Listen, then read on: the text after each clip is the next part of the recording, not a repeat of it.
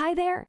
Welcome to our Best Kayak Guide channel. In this video, we are looking at the topic, how to load a kayak on J-Rack. We highly recommend you to read the full in-depth blog post by go to the link below. So let's dive in. If you own a kayak, you know how difficult it can be to transport it from one place to another. That's where the J-Rack comes in. The J-Rack is a device that helps you transport your kayak on top of your car. In this article, we'll show you how to load a kayak onto a J-Rack so that you can take your kayak with you wherever you go. In the full blog post we have written on our website, we have done hours of research and divided the topic into the following areas. Number 1, types of J-Racks. Number 2, qualities of J-Racks. Number 3, recommended products. Number 4, install the J-Rack. Number 5, load the kayak, and some related matters. As I mentioned before, we go into much more detail in our blog post about the above topic. Inside that article, we dive into each of the areas above, covering many more questions around them. Just click the link below,